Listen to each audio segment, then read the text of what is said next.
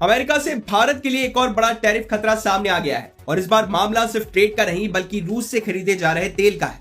अमेरिकी सीनेट ने ऐसा बिल पास कर दिया है जो राष्ट्रपति डोनाल्ड ट्रंप को रूस से तेल और गैस खरीदने वाले देशों पर 100% तक टैरिफ लगाने की ताकत दे सकता है। और सबसे बड़ी बात, इस संभावित कार्रवाई की जद में भारत और चीन जैसे बड़े देश सीधे आ रहे हैं। यानी अगर ये बिल कानून बनता है और ट्रंप इसका इस्तेमाल भारत के खिलाफ करते हैं तो अमेरिका को सामान बेचने वाली भारतीय कंपनियों के सामने मुश्किल खड़ी हो सकती है। ये पूरा मामला क्या है, भारत पर खतरा कितना बड़ा है और रूस से सस्ता तेल खरीदने की कीमत कहीं अमेरिका के साथ व्यापार में तो नहीं चुकानी पड़ेगी? चलिए आसान भाषा में पूरा मामला समझते हैं।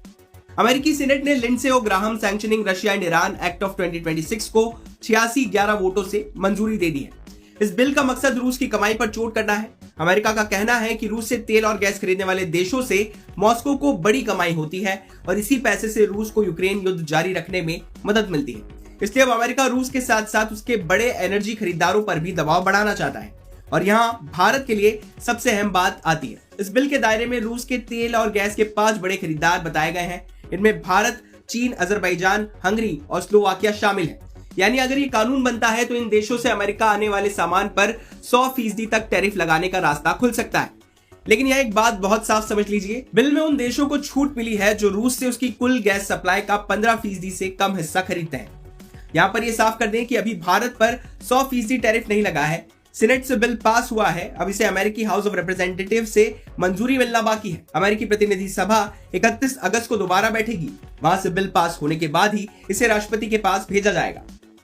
अब सवाल है कि भारत के लिए खतरा इतना बड़ा क्यों है? क्योंकि भारत और अमेरिका के बीच पहले से ही ट्रेड को लेकर बातचीत चल रही है।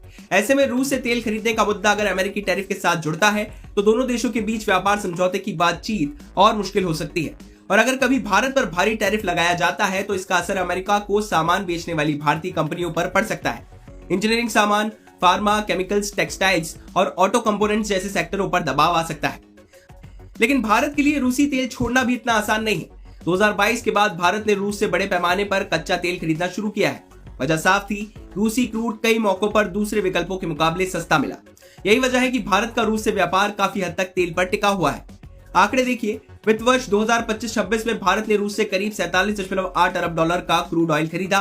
यानी रूस से भारत के कुल माल आयात का करीब 86% हिस्सा सिर्फ कच्चे तेल का था। और जून 2026 में तो रूस से आने वाला क्रूड भारत के कुल तेल आयात का करीब 53.5% था। यानी भारत जितना कच्चा तेल विदेशों से खरीद रहा था उसमें आधे से ज्यादा हिस्सा रूस से आ रहा था। यानी भारत के लिए रूसी तेल सिर्फ एक विकल्प नहीं बल्कि फिलहाल एनर्जी सिक्योरिटी का एक बड़ा हिस्सा बन चुका है और सामने एक मुश्किल संतुलन की चुनौती है।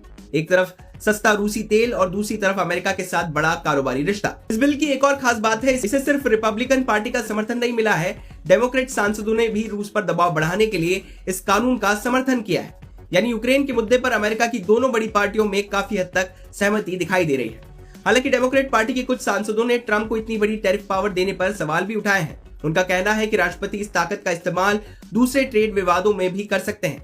यानी रूस पर सख्ती को लेकर समर्थन है, लेकिन ट्रंप को व्यापक टैरिफ अधिकार देने को लेकर अमेरिका में भी बहस जारी है।